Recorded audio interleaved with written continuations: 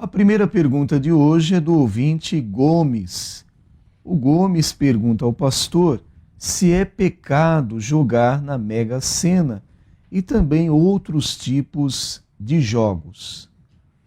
Nós queremos dizer ao nosso consulente que a maneira correta de ganhar dinheiro para sustento próprio da família é como Deus disse ao casal quando saíram do Éden: com o suor do teu rosto comerás o teu pão. Então sempre o trabalho está colocado em primeiro lugar para a nossa subsistência enquanto aqui na terra vivemos. Agora, há situações que visam dar a pessoas uma situação de maior conforto. E aí existem os chamados jogos de azar, que abarca vários tipos de jogos. Nesse particular, nós queremos dizer que a Bíblia proíbe uma prática chamada adivinhação. Por quê? Porque através da adivinhação não está operando apenas a capacidade da pessoa de adivinhar, mas há um espírito maligno que dá a determinadas pessoas essa capacidade de adivinhar. E aí então é que ganham pessoas fortunas nesses jogos de azar, mas que não têm a bênção de Deus, porque é uma prática ligada ao que Deus abomina em sua palavra. Vamos verificar um exemplo dessa ocorrência de alguém adivinhar com o propósito de ganhar dinheiro, mas não sendo de origem divina. No capítulo 16 do livro de Atos dos Apóstolos, e versículo 16, nós vamos encontrar o que está aqui escrito. Paulo estava numa viagem missionária acompanhada de outros obreiros e se deu esse seguinte episódio. E aconteceu que, indo nós à oração, nos saiu ao encontro uma jovem que tinha espírito de adivinhação. Observe bem o Gomes que nos fez a pergunta. Espírito de adivinhação. Espírito de adivinhação é um espírito maligno, a qual, adivinhando, dava grande lucro aos seus senhores. Esta, seguindo a Paulo e a nós, clamava, dizendo: estes homens que nos anunciam o caminho da salvação são servos do Deus Altíssimo. Efetivamente, os homens que acompanhavam Paulo, o grupo era de homens de Deus, que anunciavam a verdade da salvação. Porém, a fonte de informação era ilegal para os apóstolos. De modo que, diz o texto em seguida, fez isto ela por muitos dias, mas Paulo, perturbado, voltou-se e disse ao Espírito: em nome de Jesus Cristo te mando que saias dela. E na mesma hora saiu. Então a jovem adivinhante tinha um espírito maligno no seu corpo que lhe dava condições de adivinhar e dava lucro aos seus senhores, e agora Paulo não se deixou levar pela declaração desse espírito maligno, embora falasse bem deles, ele expulsou em nome de Jesus. E vendo os seus senhores, isto é, seu patrão, seus patrões, que a esperança do seu lucro estava perdida, prenderam Paulo e Sila e os levaram à praça, à presença dos magistrados. Então aqui está uma colocação que revela bem que essa manifestação de aceitar no meio de milhões de pessoas que arriscam sorte tem uma conotação diabólica, e não deve o cristão ser participante de um jogo de azar, porque ele está conivente com a manifestação que pode se dar até nele mesmo, se vier a ganhar. Então, é a nossa opinião. A próxima pergunta é NQI homem. O ouvinte ligou e está perguntando ao pastor com relação à separação de mulheres para o diaconato.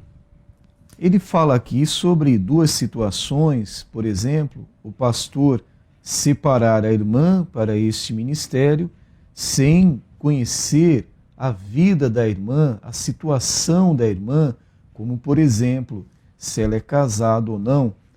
E fala também de uma outra situação, separar uma irmã para o diaconato sem que seu marido ainda não seja crente, pelo contrário, é um homem ainda com muitos vícios, está ainda preso ao pecado. Então ele pede para o pastor falar a respeito. Nós temos no capítulo 3 de 1 Timóteo, Paulo sendo indagado primeiro com relação aos ministros que pregam a palavra de Deus. E ele começa dizendo o seguinte: esta é uma palavra fiel, se alguém deseja o episcopado, excelente obra deseja. Começa a dar as qualificações para um obreiro que tenha ligação com a mensagem da Bíblia Sagrada. Depois, ele analisa, a partir do versículo 12 da mesma carta, as qualificações de um diácono. E quero dizer que não há indicação de diaconisas, embora respeitemos que determinadas igrejas têm diaconisas, que são irmãs que servem a igreja no trabalho manual, outras em campo espiritual, como visitação, como círculo de oração. Tudo isso é conhecido, e assim existem igrejas que dão o título às mulheres. Outras têm o título apenas de cooperadoras. Mas diz o apóstolo Paulo: os diáconos, seja o marido de uma só mulher, governe bem os seus filhos e as suas próprias casas. Porque os que servirem bem como diáconos adquirirão para si uma boa posição e muita confiança na fé que há em Cristo Jesus. Escrevo-te estas coisas, esperando ver-te bem depressa, mas se tardar, para que saibas como convém andar na casa de Deus, que a igreja do Deus vivo, a coluna e firmeza da verdade, e, sem dúvida alguma, grande é o mistério da piedade. Deus se manifestou em carne, foi justificado no Espírito, visto dos anjos, pregado aos gentios, crido no mundo e recebido em glória. Então, aqui a nossa pergunta, a pergunta do NQI, não tem consistência porque está contrário à palavra de Deus. No que concerne a qualificação de um diácono, marido de uma mulher, que governe bem a sua casa, tenha os filhos em sujeição. E nos dois casos apresentados não existem indicações nesse teor, de modo que não tem base bíblica para essa consagração. Agora, eu me admiro que o pastor não tenha conhecimento de uma pessoa que vai ser indicada por ele para um ministério da igreja, ele não tenha conhecimento da situação dessa pessoa em família, porque seria obrigação do pastor conhecer as ovelhas, como diz a Bíblia. Procura conhecer o estado das tuas ovelhas. Ter conhecimento até fora da igreja de como há procedimento. A próxima pergunta é NQI homem. O ouvinte ligou, está falando da referência de Lucas, capítulo 12, versos 46 a 48, e pergunta: pastor, esta referência de Lucas 12, 46 a 48, faz alusão ao purgatório? Não, não tem nenhuma relação com o purgatório. Então vou ler o trecho bíblico indagado, que diz assim: virá o Senhor daquele servo no dia em que o não espera, numa hora em que ele não sabe, e separá-lo-á, e lhe dará a sua parte com os infiéis. E o servo que soube a vontade do seu senhor e não se aprontou, nem fez conforme a sua vontade, será castigado com muitos açoites. Mas o que não soube, fez coisas dignas de açoites, com poucos açoites será castigado. E a qualquer que muito for dado, muito se lhe pedirá. E ao que muito se lhe confiou, muito mais se lhe pedirá. Então nós temos aqui uma posição nessa pergunta de pessoa ligada ao catolicismo, que através deste versículo quer dar uma condição de aprovação desse lugar que não é nem mencionado na Bíblia Sagrada, que é o purgatório. E de acordo com a teologia romanista, o purgatório, além de ser um lugar de purificação de pecado, é também um lugar onde a alma cumpre pena. Isso na teologia romanista. Pelo que o fogo do purgatório deve ser temido grandemente. Agora, nós encontramos na Bíblia Sagrada apenas 2 lugares mencionados por Jesus. É o chamado a porta estreita e a porta larga, que naturalmente conduzem a 2 caminhos, ou o céu ou o inferno. Não existe um terceiro lugar. E não cremos nesta existência do inferno, embora a grande maioria do catolicismo creia, mas não tem apoio na Bíblia Sagrada. Aproveitando, pastor, a pergunta do nosso ouvinte, e o senhor disse agora que não cremos na existência do purgatório, então para onde vão as pessoas se não vão para o purgatório quando morrem? Para onde elas vão, pastor? Elas vão para o Hades, que é o inferno. Porque, por exemplo, eu tenho conhecimento de que há, por parte de pessoas católicas muito sinceras, que vão fazer a sua confissão e o pároco ouve. E no final ele faz uma declaração: eu te absolvo em nome do Pai, do Filho e do Espírito Santo. Absolver significa cancelar, tirar a acusação, perdoar, e depois lhe dá uma penitência. E as pessoas vão cumprir a penitência. Agora, lendo no Catecismo Católico, há uma pergunta: esta pessoa que fez a sua confissão auricular, que cumpriu a penitência indicada pelo pároco, se ela vier a morrer, ela vai para o céu? A resposta é negativa. Não. Porque ela terá que cumprir a justiça de Cristo. Ora, se uma pessoa recebe uma palavra de perdão, a Bíblia declara que o perdão de Deus é absoluto. Nós temos o caso, por exemplo, do caso dos 12 ladrões que estavam na cruz no mesmo tempo que Jesus foi crucificado. Com o passar dos momentos, um deles notou que Jesus tinha uma posição diferente e teve ousadia de pedir a Jesus: Senhor, lembra-te de mim quando entrares no teu reino.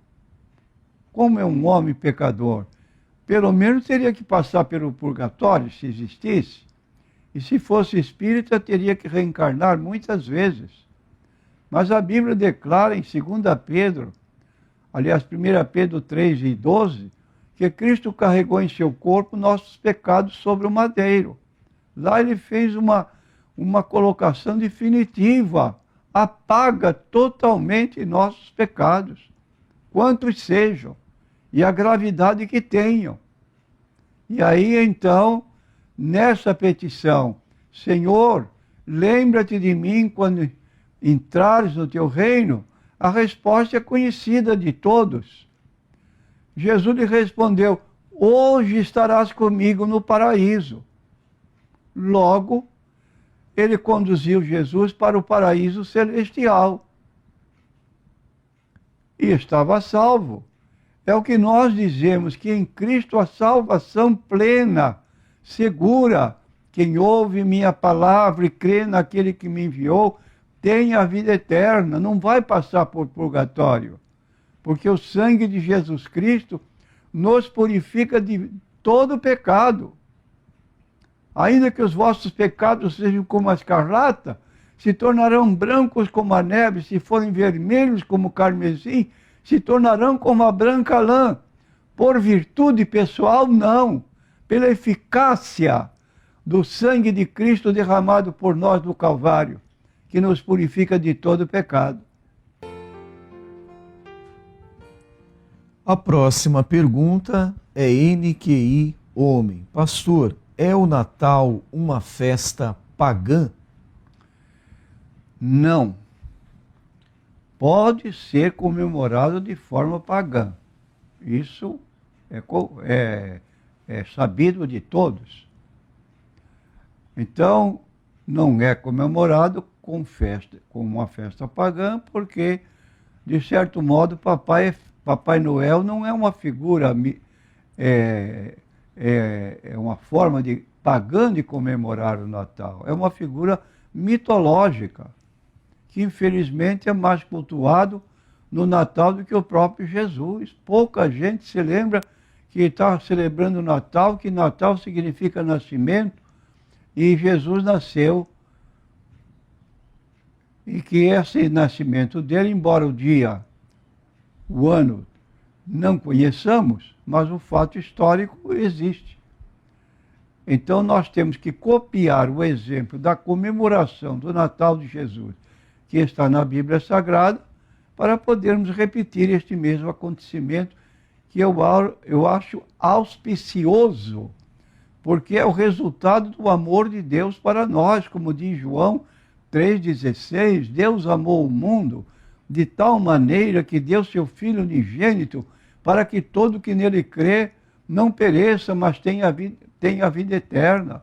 Deus não enviou seu Filho ao mundo para condenar o mundo, mas para que o mundo fosse salvo por ele. Quem nele crê não é condenado, mas quem não crê já está condenado.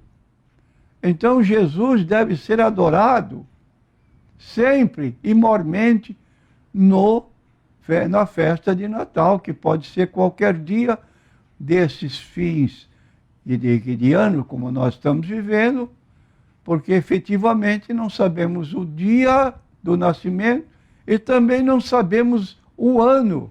Só sabemos que 4 anos antes Jesus havia nascido, isso considerando o nosso calendário atual, que poderíamos dizer que estaríamos hoje no ano 2017. Então, qual foi a forma de comemorar o Natal de Jesus? Está em Lucas capítulo 2, versículo 10 a 14. E o anjo lhes disse: não temais, porque eis aqui vos trago novas de grande alegria, que será para todo o povo, pois na cidade de Davi vos nasceu hoje o Salvador, que é Cristo o Senhor.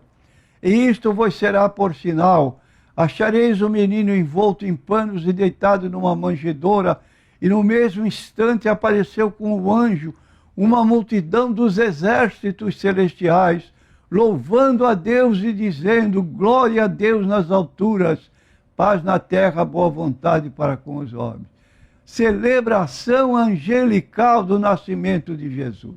E nós, simples mortais, beneficiados pelo nascimento de Cristo, que nos outorgou cancelamento dos nossos pecados, podemos comemorar dentro, efetivamente, da condição apontada na Bíblia. Louvor, glorificação ao nome de Jesus e o relato histórico apontado na Bíblia. Nós temos agora a pergunta do ouvinte Messias, do bairro Perequê. Ele pergunta ao pastor qual é a forma correta de se cultuar a Deus, porque ele observou que tem igrejas que, no momento do louvor, batem palmas para o Senhor, e tem outras igrejas que não o fazem. Ele notou também que tem igrejas que usam instrumentos musicais acompanhando esses louvores de adoração ao Senhor Jesus, mas tem outras igrejas que não usam instrumentos musicais. Então ele pede para o pastor falar a respeito desta forma correta de se cultuar o Senhor Jesus Cristo. Bom, nós queremos dizer que o culto que realizamos deve ser um culto de louvor, de adoração. Sem criticar essas formas aqui indicadas na pergunta, aplaudir com palmas, tem igrejas que não aplaudem, tem igrejas que louvam com instrumentos musicais. O que é correto, sobretudo, repetindo, o que é correto, sobretudo, temos presente o que está escrito em 1 Coríntios, capítulo 14, versículo 40. Faça-se tudo decentemente e com ordem. Isso deve prevalecer e o pastor deve fazer conta de que isso ocorra realmente. Que decência e ordem na casa de Deus, que extremismos e outras colocações de fora do mundo, ritmos de músicas que são aceitas fora, mas dentro da igreja não devem ser trazidas. E os próprios músicos devem, entre si mesmos, ter essa colocação. Eu quero fazer a coisa para louvor de Deus e não para exibição, por isso eu quero fazer tudo com decência e com ordem. Um culto que seja agradável a Deus. Fora isso, está fora dos princípios bíblicos.